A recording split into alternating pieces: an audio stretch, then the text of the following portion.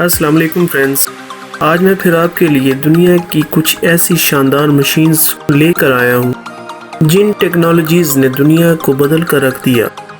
So watch the video till the end. Let's start the video.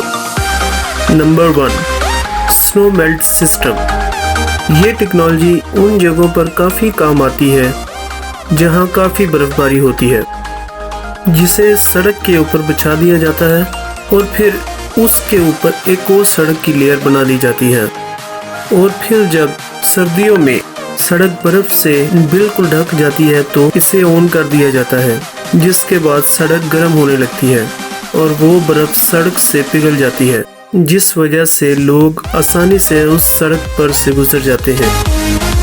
Number 2، ultra اسکف۔ یہ دنیا کی پہلی 360 ڈگری تک گھومنے والی بوٹ ہے، جسے یونیک ڈیزائن کے ساتھ تیار کیا گیا ہے، جس پر ایک الیکٹرک موٹر اور 360 ڈگری تک گھومنے والی چیئر کو فکس کیا گیا ہے، جس سے بوٹ کا سائز چھوٹا ہونے پر بیلنس بنائے رکھنے میں مدد ملتی ہے۔ اس بوٹ پر بیٹھ کر آپ آرام سے سمندر کا نظارہ یا پھر فشنگ سے لطف اندوز ہو سکتے ہیں۔ نمبر 3، فائر بال۔ یہ چھوٹی سی بال وہ کچھ کر سکتی ہے جس بارے میں آپ سوچ بھی نہیں سکتے۔ اس میں آگ کو بجھانے والا پاؤڈر ہوتا ہے جب اس میں پھینک دیں، جس کے بعد ایک تیز دھماکہ ہوگا اور اس میں سے نکلے پاؤڈر کی وجہ سے پوری کی پوری آگ بالکل ختم ہو جائے گی۔ آنے والے وقت میں یہ بال لوگوں میں آگ پھیلنے یا اس کی چپیٹ میں آنے سے بچائے گی۔ نمبر 4، ڈالی 1۔